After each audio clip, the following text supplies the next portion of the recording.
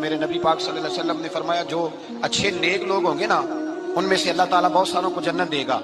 کچھ کے اندر کمیاں ہو گئی، کوتاہیاں رہ گئی، رب تعالیٰ نے ان کے لیے جہنم کا فیصلہ کر دیا۔ تو مصطفیٰ کریم فرماتے ہیں وہ جو جنت میں جانے والے دوست تھے نا، جب جنت میں جائیں گے تو عرض کریں گے، اور کریں گے بھی اللہ کی توفیق سے، کہیں گے اے اللہ ہمارے ان دوستوں کو بلا،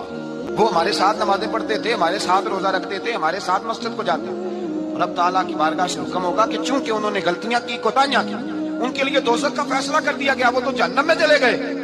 میرے نبی پاک